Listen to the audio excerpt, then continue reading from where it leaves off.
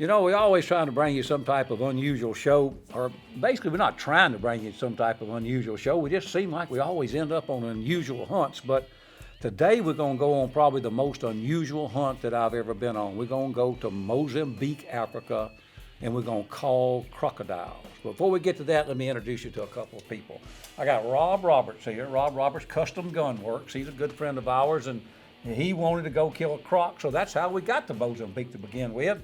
And then we got on the end a person you've seen us hunt with a lot, Ramsey Russell. Ramsey owns GetDucks.com, and I'm proud to be able to say that Ramsey's going to start co-hosting MOJO TV with us. So he's going to be pretty much in every episode we got. So welcome on board, Ramsey. I know you know a little bit about ducks.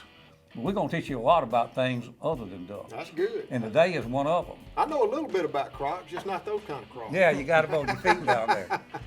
Anyway, off we're going to go. Let me tell you how this thing's set up. I go around calling. If you kept up with us over the years, you know, I've called all the bears, I've called leopards, I've called lion, wolf, this like that. I just love to call animals. And I happened to mention that to a good friend of mine, Tony Martin. He's an outdoor writer in Arizona, and he says, I happen to have a friend who has a good of croc hunting as anybody does. If you ever want to go kill a croc, you know, you let me know. I'll hook you up with this guy named Russ Lovemore. Well, I never did anything about that till Rob tells me one day that he wanted to kill a croc, and it kind of rang my bell, and I said, I happen to have the place. So Rob and I started working on it, and we go to the Zambezi River. The Zambezi is one of the biggest rivers in Africa, actually one of the big rivers in the whole world. We go to the Zambezi River in extreme northwestern Mozambique. Mozambique is an extremely remote, very poor type country. They had their revolution there maybe 20 years ago, and there hadn't been a whole lot of hunting. Maybe in the last 10 years they kind of got hunting going on again there, but the particular area that we go into is really remote, has a lot of dangerous game in it. They have crocs and hippos, lions, elephants, buffalo, all the dangerous thing.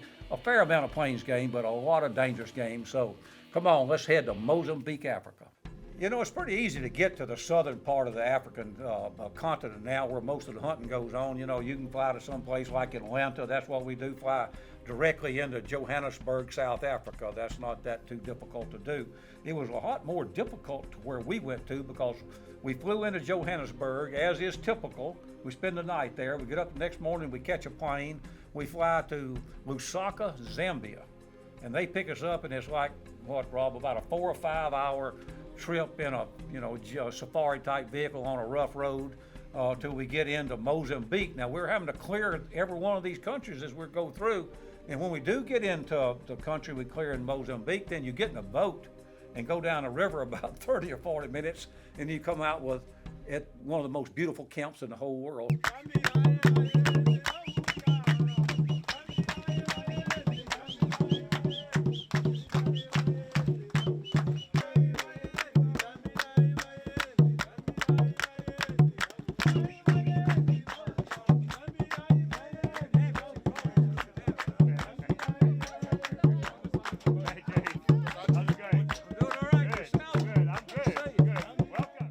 When we get there at night, we're going to kind of settle into our hut, have some dinner, you know, get a good night's rest, get up next morning and start the hunt.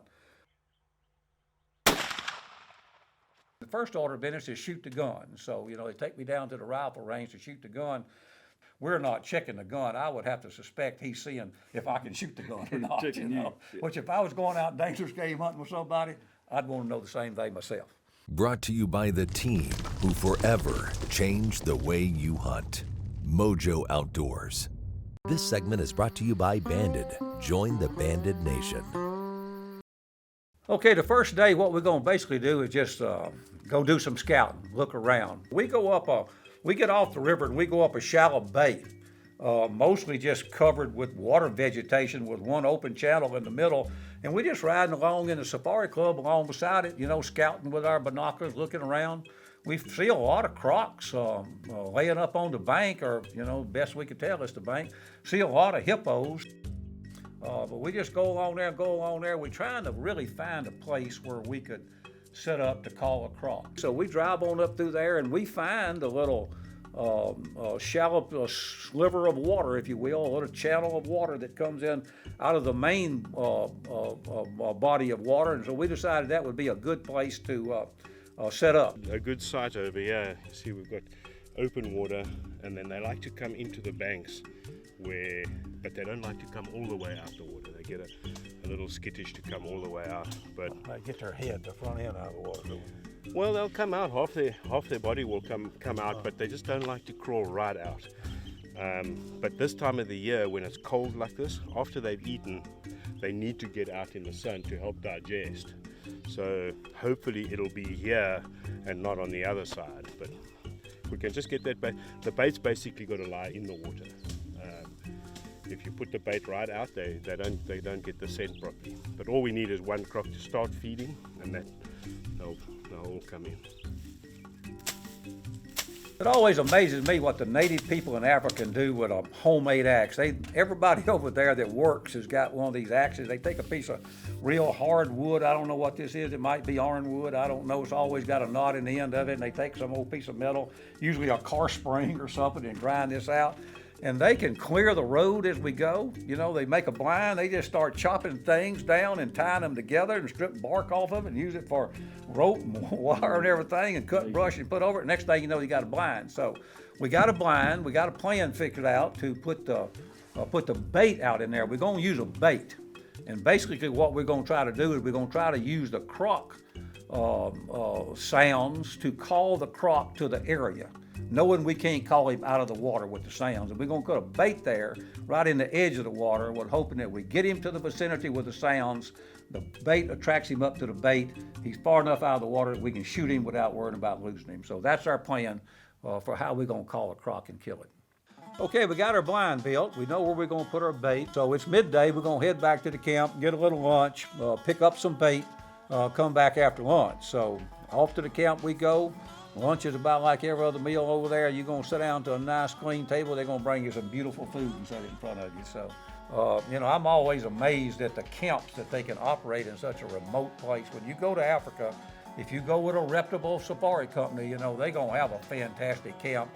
They'll always have a building. I call it a pavilion. I don't know what it is, but they're going to bring your food to it. They don't cook there. They're going to bring your food to it, and they're going to have most anything you want. If they don't have it there, you ask for it, they can probably provide it for you. They're going to have a real neat, clean, some kind of hut cabin for you to stay in. The little ones we had were, a little one bedroom with a bathroom on the side of it, but they had a series of them. They're going to clean them every day. They're going to do your laundry every day. It's just, it's an enjoyable experience. You're in wild Africa when the first night you're there, you hear lions roaring you can hear a lion roar for 4, 5, 6, 7 miles while you're eating dinner. And in the night while we were sleeping, all this commotion starts.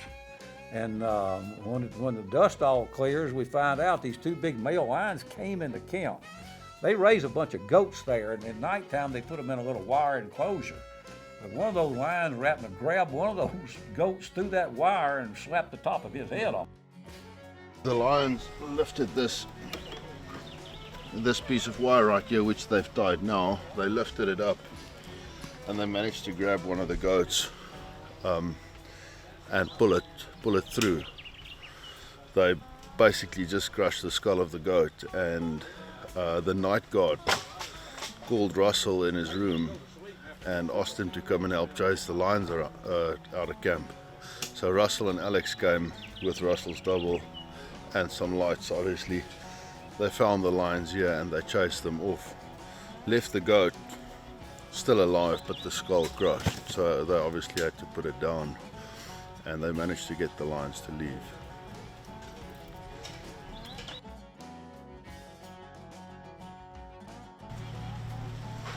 Okay, so these are all snares that the game scouts have removed from the bush, which was used to set for catching mainly small animals. So we're just recycling the snares that's been removed by the game scouts from the poachers.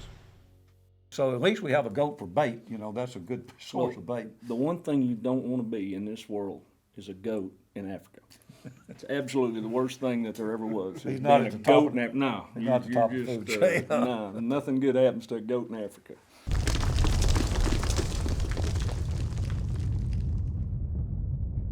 Okay, after lunch, we're gonna head back down, haul our bait down there, including the goat that the lions killed, and we got some hippo, we got some other stuff, you know. But as you travel around that part of the country, it's not only seeing the animals, you know, and things like that, and seeing the country and seeing how the people live there. You know, it's just amazing. If you go to Africa, the rural part of Africa, the poor rural part of Africa, when you get back to the United States, you should appreciate what you got here. Every bit of it.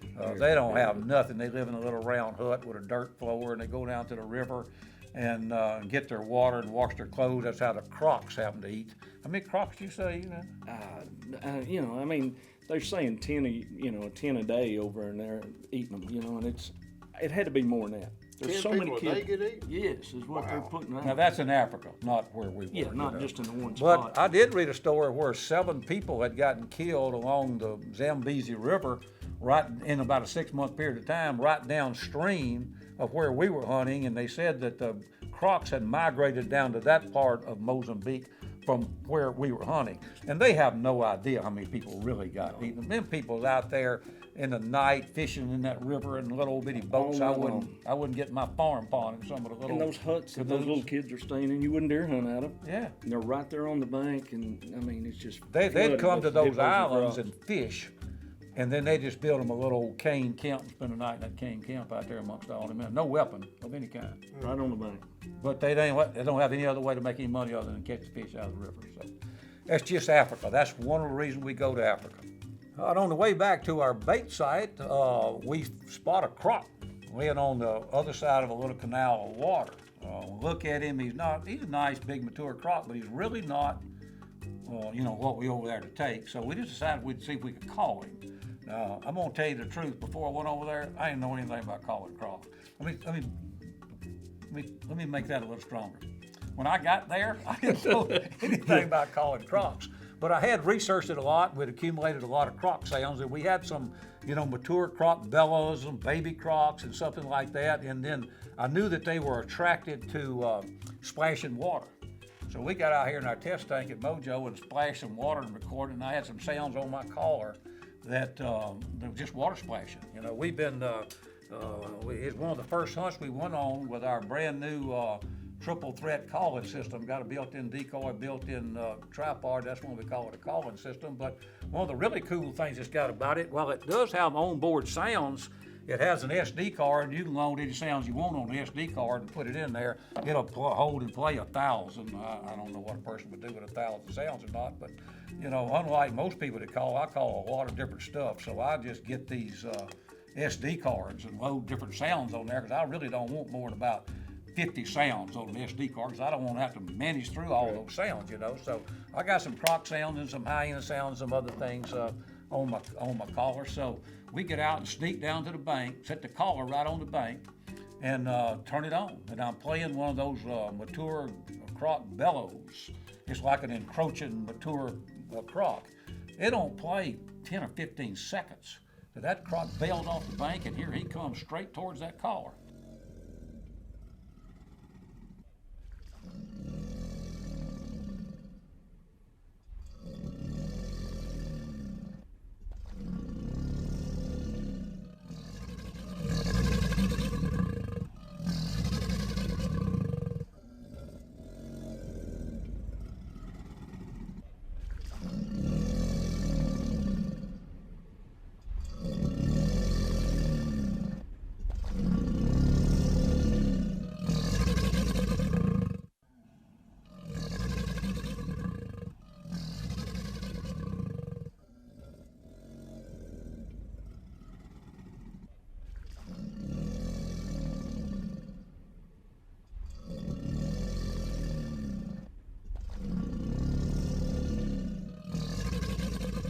And I was pretty amazed at how well that worked. He got up to, on our side, there was a lot of vegetation, that old water weed and whatever that stuff is. He swam right towards the collar till he got to it. And then he didn't seem to want to go through it, so he turned and went parallel to it. If I could do it again, I'd have put the collar right on the bank where it had open water right up to it and had him come right up to the collar. But I didn't know that much at that time. But anyway, he swam right over to the collar. He wasn't one we wanted to kill. We couldn't have shot him in the water anyway. But it was cool to call one. Some people said you'd never call a croc. Well, we proved that wrong. Closed captioning provided by Fatal Shot Chokes. One choke, all loads.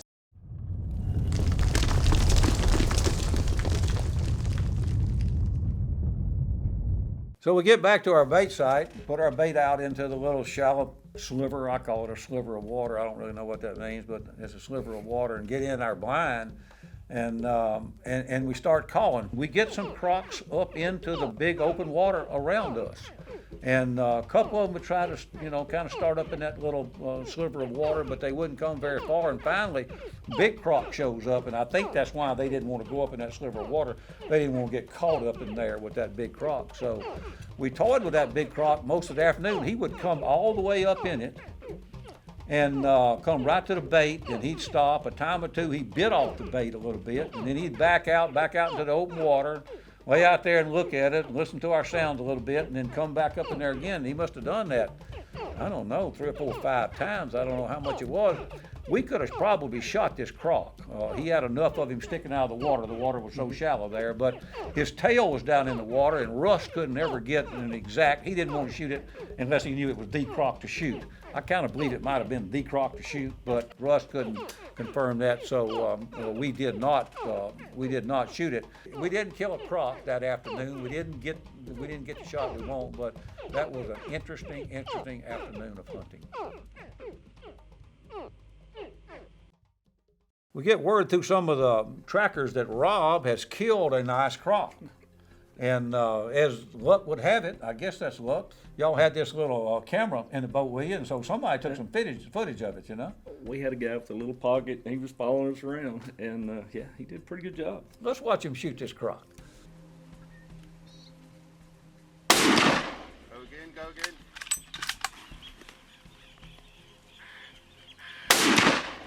Number 3, do number 3.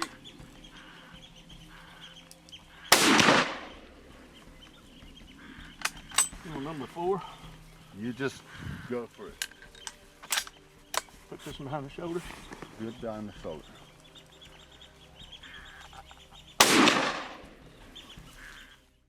Rob, you might want to get your cameraman a tripod or something to hold that camera with, or either you were shooting in his ear or one or the other. Well, what happened was we'd left the blind. We had a blind set up, and we actually crawled down through the mud, back, forth, up, down, and we'd, my PH over here, he found one laid out on the bank, and we'd called him Smiley. He just had lots and lots of white teeth, and he showed them. We'd seen him a couple times, and anyway, we snuck through the mud, got up kind of back and forth, and the cameraman himself, like I said, and every time I'd shoot, he said, I just jumped. He said, and when you're shooting crocs compared to gators, you won't anchor them, so you shoot behind the smile. And so that's once you shoot, they want you to shoot again and again and again to make sure, his tail flopped, that means he was gone. He wasn't gonna flop off the bank, he wasn't going anywhere. So, besides, you travel that far, you might as well get your money's worth on shooting. Yeah, folks, you see this croc is just laying up on a thin little section of bank, not a sandbar, just bank. And that's the problem that we're fighting on this hunt. The river is so high out of its banks, there's very few places for the crocs to come up out of the water, so they just have to find a little open piece of bank like this and lay up on it, and we have a hard time finding some way to get to them. You can't shoot them in the water over there. That river is deep and swift. And if you shoot them in the water, you're going to lose them. And that's just not acceptable, not to mention it's expensive, but it's not acceptable to, shoot them and lose them. And so it made for very difficult hunting conditions. Well, one good thing about ending the day's hunting, you get to go back to a wonderful camp, and they always going to have some great food there. And I'm just kind of amazed at the dinner bell that they use over there. Yeah, it's pretty neat.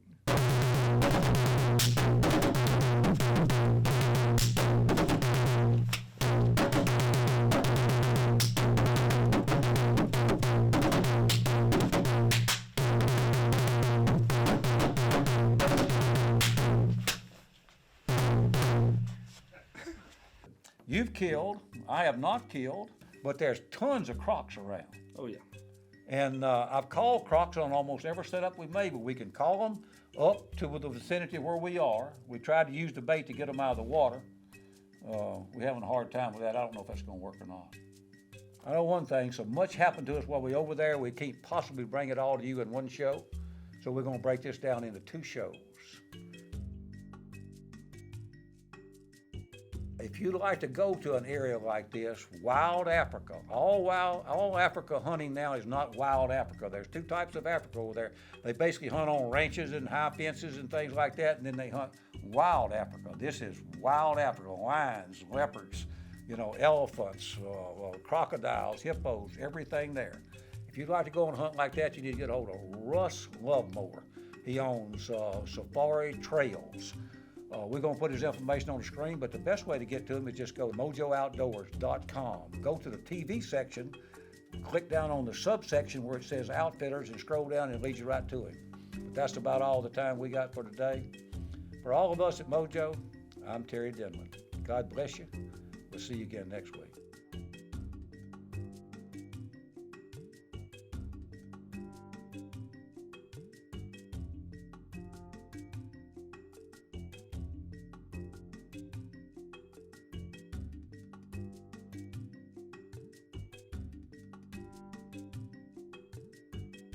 All hunts seen on Mojo TV are fair chase.